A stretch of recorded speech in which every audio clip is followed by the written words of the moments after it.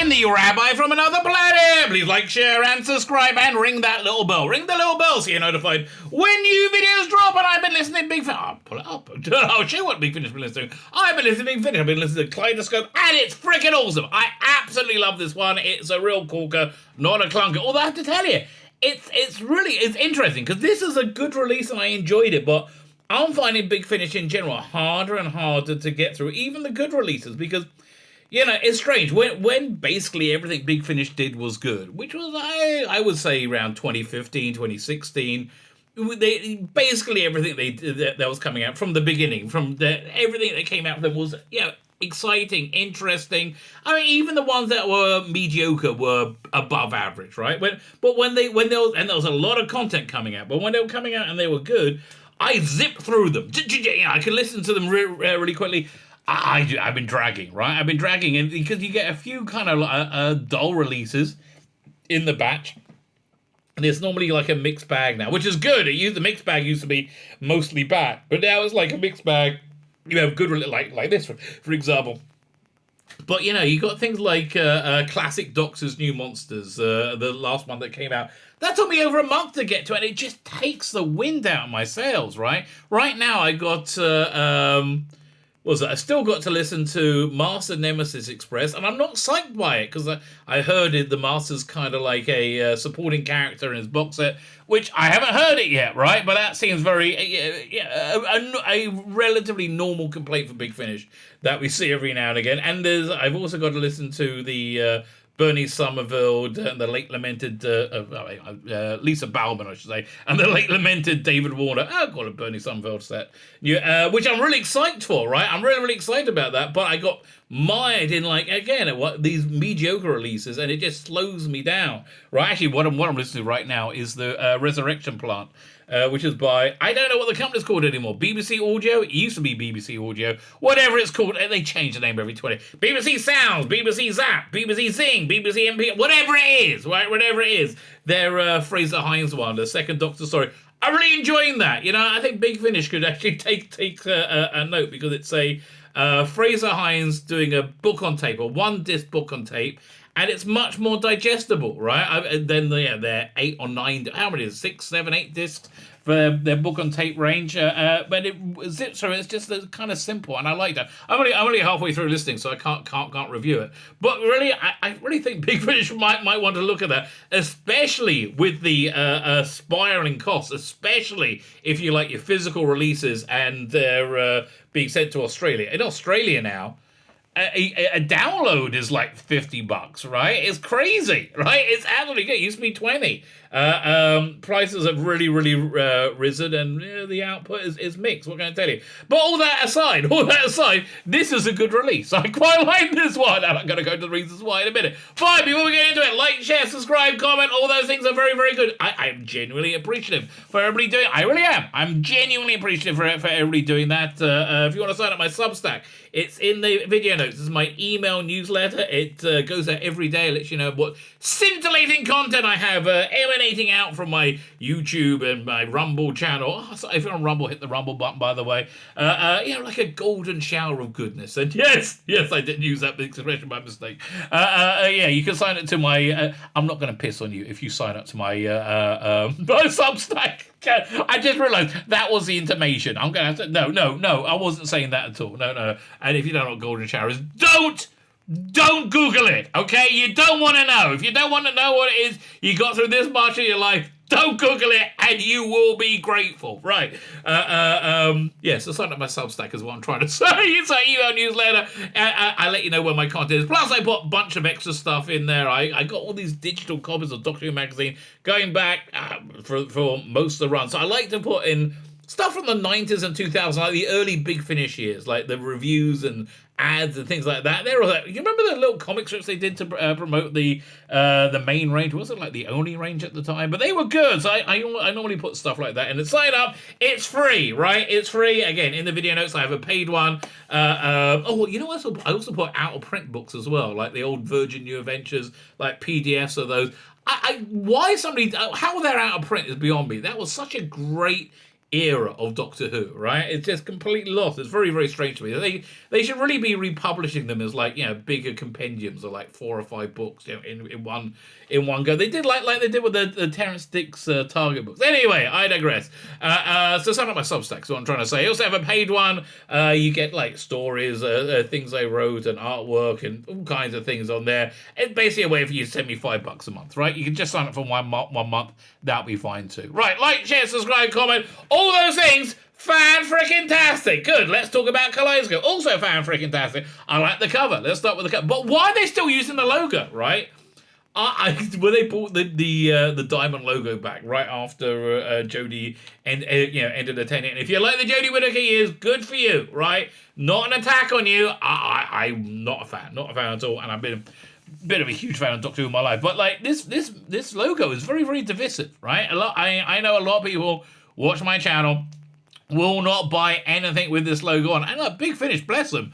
They do get, if you buy the physical version, you get like a reversible cover. You have, actually, do they do that on the box sets? I don't know, because I don't buy it by physical releases. But they normally have like, the era logo, right? That goes on it as well. But no, people just don't like that logo. Why are they using that logo? In fact, if they use the new logo, it's basically the right logo for this era. So this is the first area of praise I want to give for this release. It's that this range is so good, and in general, they're very, very good at nailing eras of Doctor Who, nailing past eras of Doctor Who. This feels so organic to Pertwee's last season, like towards the end of Pertwee's last season. I mean, obviously it's a Sarah Jane story, so obviously it's Pertwee's last season, but it really feels like Barry Letts and Terrence Dicks just came up with this together. It's a ecological script with like a kind of greenish backbone with lots of action adventure written around it, right? So it feels perfect. Terrence Dicks and Barry Letts. Also, a real problem I think they've had, especially with this range in recent releases, is matching 1970s era style to current day, right? Which is current day, we have much more diverse cast. That's the nice way of saying it, right? So, some would say, if you watch EastEnders, the diversity doesn't really reflect the audience. Honestly, I watched, what was it? Strictly Come Dancing right before Power of the Doctor came on, right? And I was, it was so like, what's the word I'm looking at?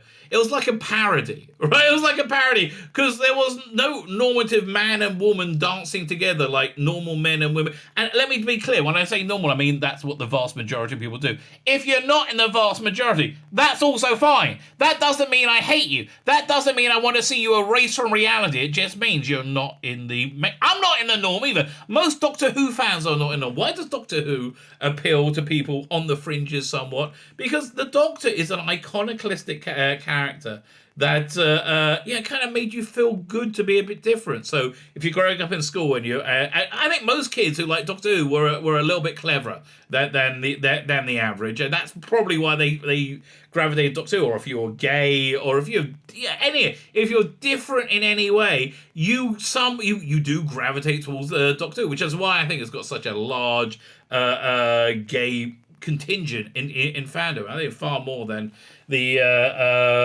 in the rest of society. Anyway, the upshot of it is we've had lots and lots of unit sergeants and corporals and all different who are all women who it just feels like that wouldn't have happened in the 1970s. It feels very shoehorned in. None of that with this one. This is a again, perfect realization of the late Pertwee years. It was written by Alan Bars. Alan Bars, I don't think has ever delivered a clunker. Right? I think everything he's done has always been good. Right? And again, this one is really great. The performances uniformly are excellent. Do you remember when this range first started? And you'd see Pertwee in silhouette because it wasn't John Pertwee playing the Third Doctor. It was Tim Treloar. Nailing it perfectly. They've so done away with that. Now nobody on the cover is actually in the disc, apart from the Kaleidoscope character. John Pertwee, Liz Sladen, and Nicholas Courtney. No, nowhere to be seen in the whole thing. But they wouldn't be seen. It's audio. But perfectly recreated, right? For me, it's like reading a Doctor Who novel, right? You're not seeing them perform it in front of you on screen. You're reading a book. It's a representation of that era. Same sort of thing. And they all really nail it. The weakest one is Sadie Miller doing Sarah Jane, who's Sadie Miller is Liz Sladen's daughter, who a little bit too posh, right? She just has it a little bit too posh. She's brought it back a lot, right? She's brought it back to, it's very, very near. I still think there was a release last year. What was it? The Masterful release, but it had a John Coltrane doing a 2 or 3 disc Pertwee era book on tape, right? From the same era, from the Pertwee's last season, and I still say his rendition of Sarah Jane slightly more convincing, right? And that's not a diss on Sadie Miller. It's a approbation for John Coltrane. John Coltrane's Brigadier, seamless, absolutely seamless, and I think kudos should also go to who was the other guy, the guest star on this. Jaron Howell. So if you listen to the interviews at the end of the disc, which I always do, I love that sort of thing. The Alan Bars talks about wanting to do a what's it called? People who made K9. Bob Baker and Philip Martin. Can't remember. The Bristol Boys, right? The Bristol Boys. He wanted to do what they did, and they did another sci-fi series, I think on ITV. What's it called? Sky, maybe? With about a strange, mysterious alien visitor from another world. This was in the early 70s. So they wanted to try and do something like that. It feels like a little bit of a pilot for a spin-off called Kaleidoscope. And hurrah for that, right? Hurrah for that. Let's read the blurb on the disc. His name is Kaleidoscope. He claims to have traveled halfway across the universe to warn all humankind that it stands on the brink of extinction. Yes, pure Barry Letts, right? Pure Barry Letts. Really, yes, 100%. And a certain tenacious young journalist has the exclusive interview with this alien messiah. But it's not Sarah Jane Smith. Yes, who's got this out-of-the-world scoop. It's her rival, the unscrupulous Jenny Nettles. She doesn't strike me as being that unscrupulous, and that's one of the things I really like about this story: the rivalry between Sarah Jane Smith and Jenny Nettles. So Sarah Jane is busy helping out Unit. The Doctor and Unit work out if Kaleidoscope is real or a fake. When RAF Phantom scramble to intercept an unidentified something homing in on the top secret missile base. It seems like Kaleidoscope's apocalyptic predictions might all be about to come true. Yes, they do these. Again, very, very, very Terrence Dicks. Very, very, very Barry Letts. I do like on the cover, you see, if you're not sure you can see it here, but you can see the use of the final Pertwee years opening titles, the time tunnel effect, what they use for most of Tom Baker's side. But I can really see when this character Kaleidoscope shows up, they superimpose that like time tunnel effect over it, and when he uses his strange alien powers, same sort of thing. The problem is when he does use his strange alien powers, it does get a bit repetitive, as he says in his innocent, earnest voice, focus. And you can imagine that happening on TV, and again with that special effect. There's also a nice bit of perfect in-era Cold War-y in it, where the Doctor and Sarah Jane finds themselves a prisoner of the Russian version of Unit at one point, and frankly, that's a great idea, right? I would love to see a few box sets with another Doctor in the 1970s with like the Russian or Chinese version of Unit, solving problems, things like that. That would be really, I think that would work with the 7th Doctor, right? I think that would be a really interesting thing to do for the 7th Doctor. And you can see it could be like on the other side of the world from the Pertwee adventures, right? They can be talking about the Auton invasion, for example, while they're dealing with whatever they're dealing with over in Mother Russia or wherever it may be. Also, it seems like that Barry Letts also spoke to John Pertwee. What would you like for this story? And so it's got a lot of the fantastic vehicles that John Pertwee so adored. Who won it? The Whomobile is in this. Is this? And I think it's debuted in this story, but I thought I thought we saw it in Invasion of the Dinosaurs, but I might be wrong because they reference that in this that Mike Cates isn't in it, and he's replaced by another unit officer. And again, a mistake they would have done in previous releases would have had that be a female part. It will probably be a black female part. And again, I'm not saying, oh no, black women are on TV. Absolutely not. But I'm saying when you make it only black women on TV, it gets to be a bit strange, right? It gets to be a bit odd, right? I just think entertainment should reflect the audience is entertaining somewhat, which again, this does. I'm really having a swipe at other releases rather than this one by saying this one does it all right. So one of the reasons I think this range in general has really been singing for me. It's been really, I think, the highlight of 2022 for Big Finish has been the third Doctor range. Like, yeah, we're in November. We can start looking back. Nick Briggs, right? Simply put, Nick Briggs. He has his foot in two kingdoms. Nick Briggs is very left-wing, liberal, progressive. Also has a very I think innate understanding of this era of Doctor Who and what Doctor Who is. I think he's able, after a little bit of experimentation we've seen over the last few years, really pull something together. Again, fantastic. Prices in Big Finish are going up. Did I say this in this video? I can't remember. Prices in Big Finish are going up a lot, especially in Australia. It's like apparently $50 for a download now. That's crazy. So is it worth it? I don't know. Right? For me, for $20, this is totally worth it. Right? I feel this is feels like a very authentic piece of Doctor Who. If the economic situation gets worse, which it seems like it's going to, and you have to choose between Food for Your Baby and this release, I will go for Food for Your Baby. Up until that point, this is a winner, right? I think that's quite a good appropriation to get. Fine. So yeah, it's not quite as good. It's not quite good enough to let your children starve. But if you have the disposable income, this one's a recommend. This one is totally a recommend. My name is Tzvi Lebetkin, the Rabbi from another planet. Please like, share, and subscribe, and ring the little bell. Ring that little bell so you're notified when new videos drop.